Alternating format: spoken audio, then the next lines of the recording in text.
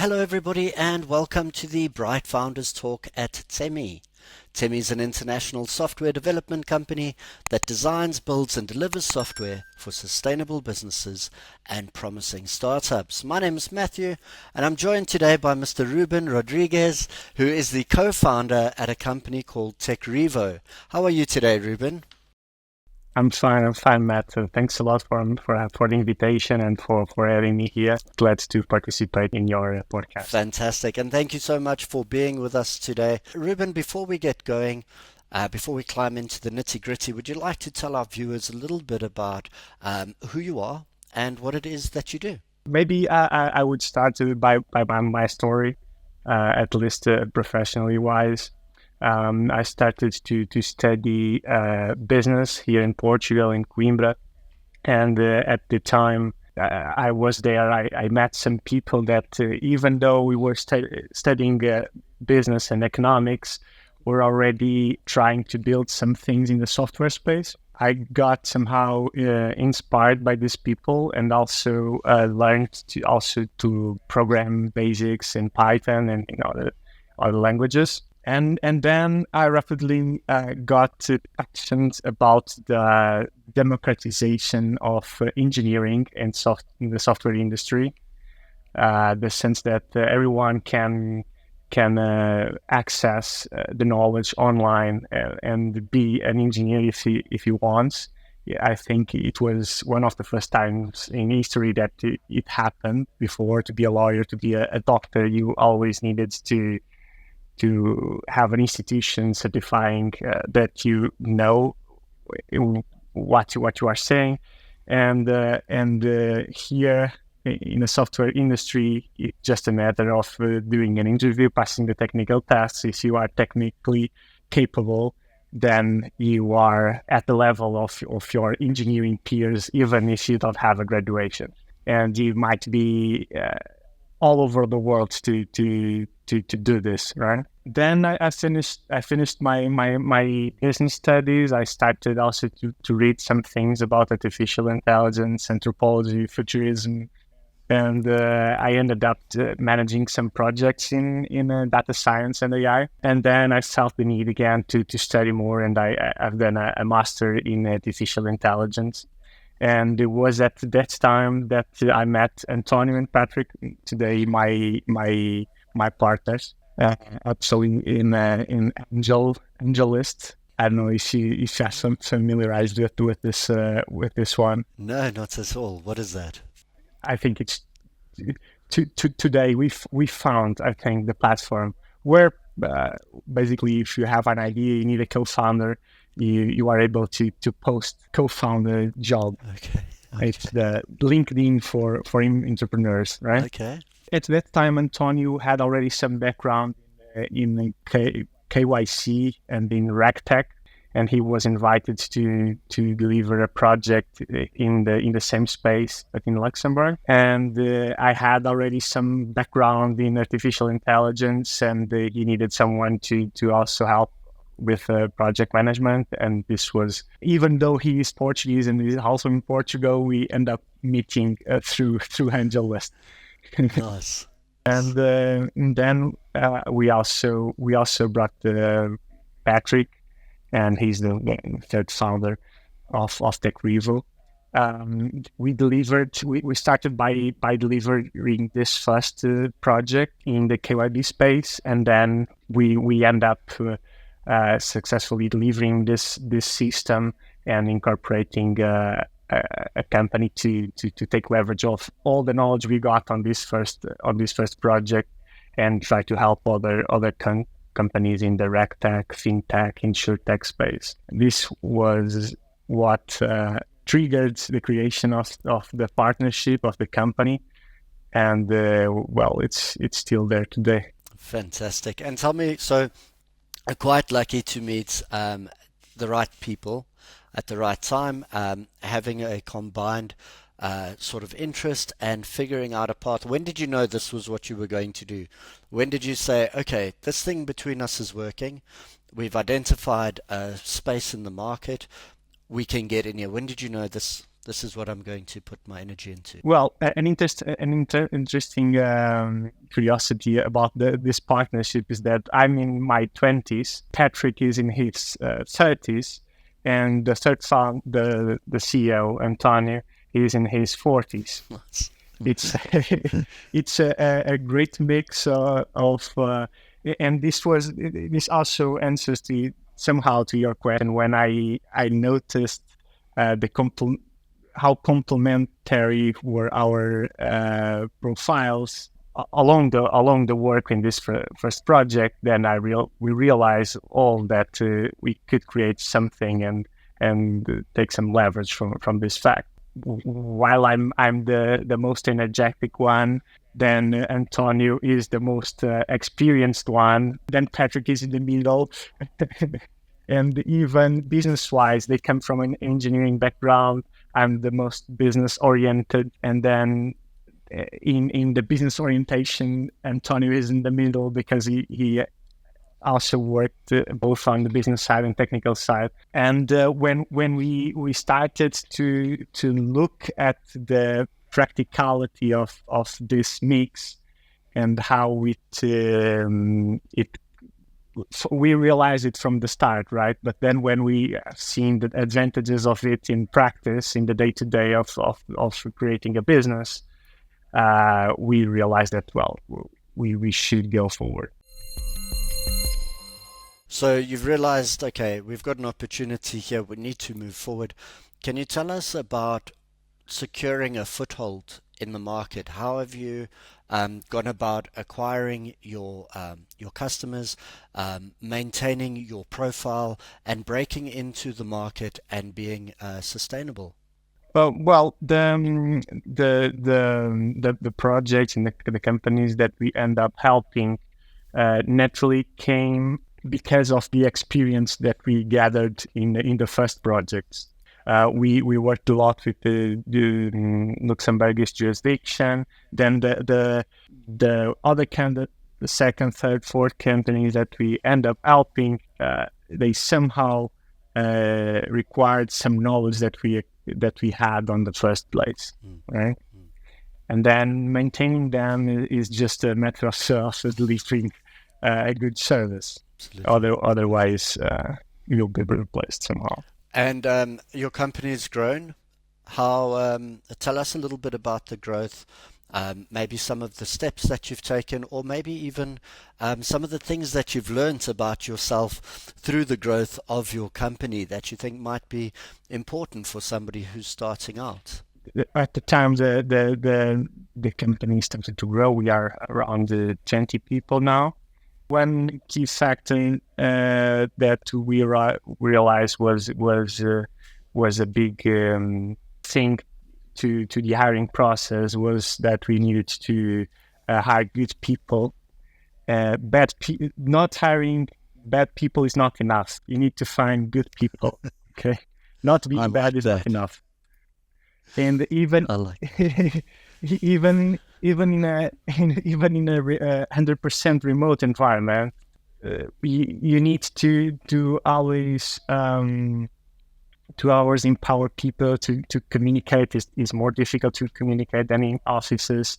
You need to give the space to all the people to tune in and Slack messages in video calls. And yeah, but the underline is that you need good people. Sooner or later, it will not work.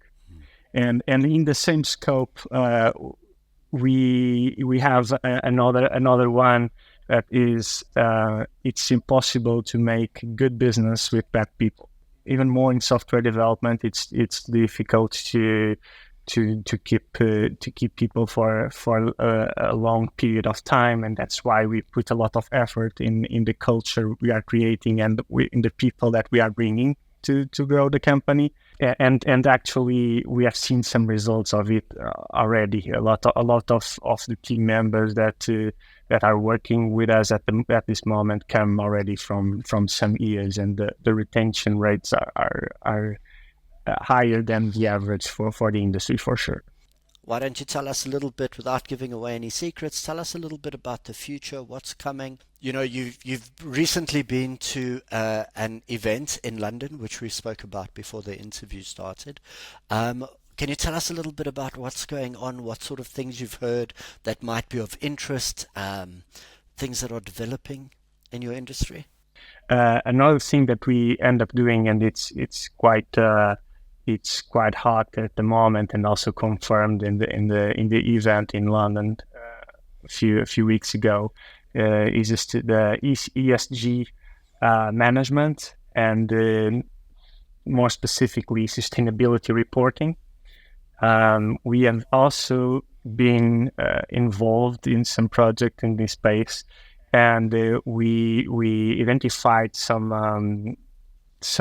opportunities for also large language models and generative AIs to help people in this space to report sustainability. And as also a consequence of this, we started to build a product, and we have right now a POC being built in this scope.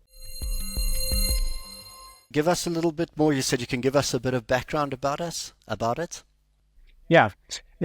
I don't know how our audience is involved in this sustainability reporting space, but in a nutshell, European Union launched a set of regulations so that financial institutions need to comply with in what regards to sustainability. It's named European Taxonomy. One of the challenges for the institutions is to understand the extent of these regulations, and also then to analyze their customers and their partners in order to identify whether they comply or not with this regulation. And what we are building is basically a system that can leverage from large language models and the last advances on this technology, and in one side get interpretation of the regulation.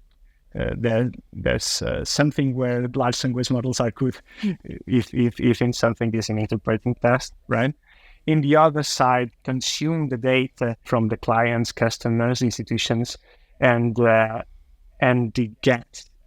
metadata on the entire information that can be provided.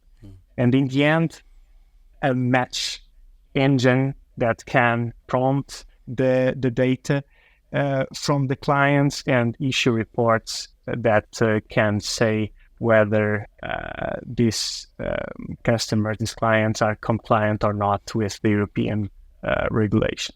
I've got a question on this. So you've mentioned a lot of different moving parts there, right? So we've spoken a bit about AI, you're talking about these language learning models, keeping up with regulations, and obviously you've got clients on the other end, a lot of data collection and analysis. There's a lot of things going on, and I know that this is quite a competitive market. What are you doing to stay ahead of all the changes, the regulations, the new technology? There's so many things you've got to be bringing in. How do you keep your head above water? Well, I think the key factor is to choose what not to follow. I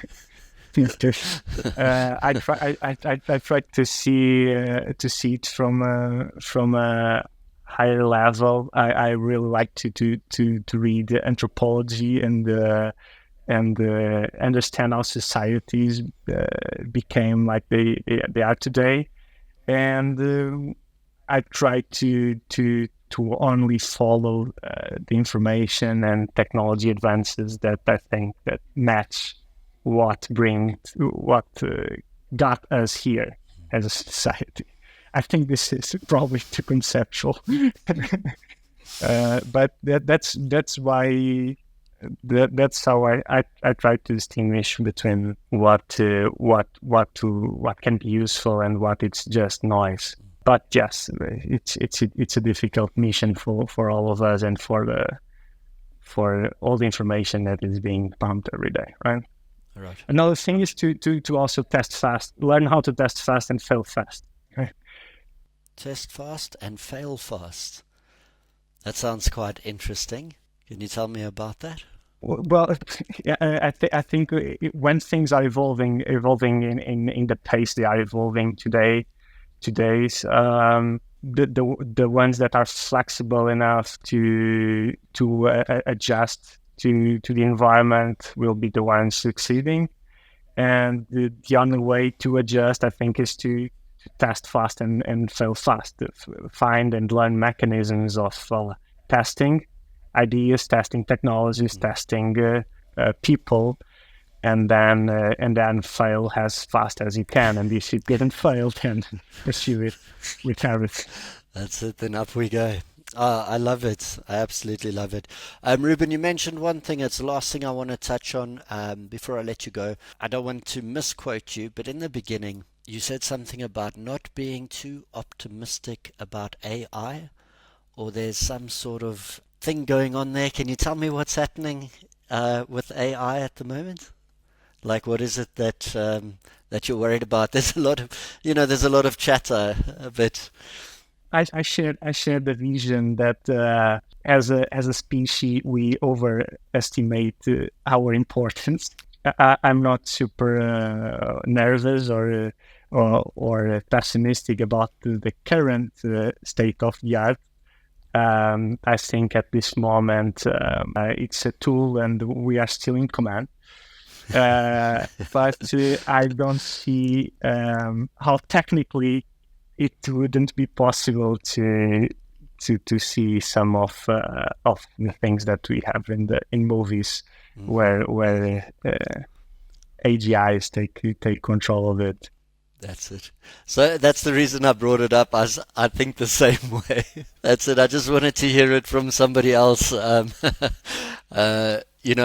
remember watching Terminator as a kid, the first ever Terminator, and the robots were walking around. And since then, it's always been here, just floating in the back of my mind. But it's not a movie anymore, so just for fun, figuring out what people think. Even in the software industry, to add to that, I share some of Tyler Jewell's views on how the industry is progressing, and until now, with all the things we have been created, it's we have been in one point creating some efficiency in producing software, but in other way also creating more complexity, right? With the agiles and all of these creations.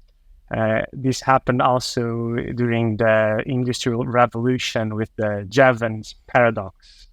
At the time you created efficiency in extracting code, you also increased the need for that goods, right? Yeah. And I think until now it always happened like this also for the software industry. But I see some potential of AI changing that when it's able to also create software autonomous. And then, of course, the need for the software will at the same time exponentially increase, but the need for human intervention on it will decrease. And then it's the tipping point, in my humble opinion. As long as it all just runs on electricity and we can unplug it. All right, Ruben, it's been an absolute pleasure meeting you today, and I want to wish you all the best. We will be keeping our eye on you, and I look forward to hopefully meeting with you again in the future and hearing about your progress. Thanks a lot, Matt, for the invitation. For everyone looking for help on this fintech space, RegTech, or someone that also wants to hear more about GTaxo and sustainability reporting, just feel free to ping me. LinkedIn should be on the description, or someone else. Thanks a lot for the invitation and for our conversation, Matt. It's a great pleasure, my friend.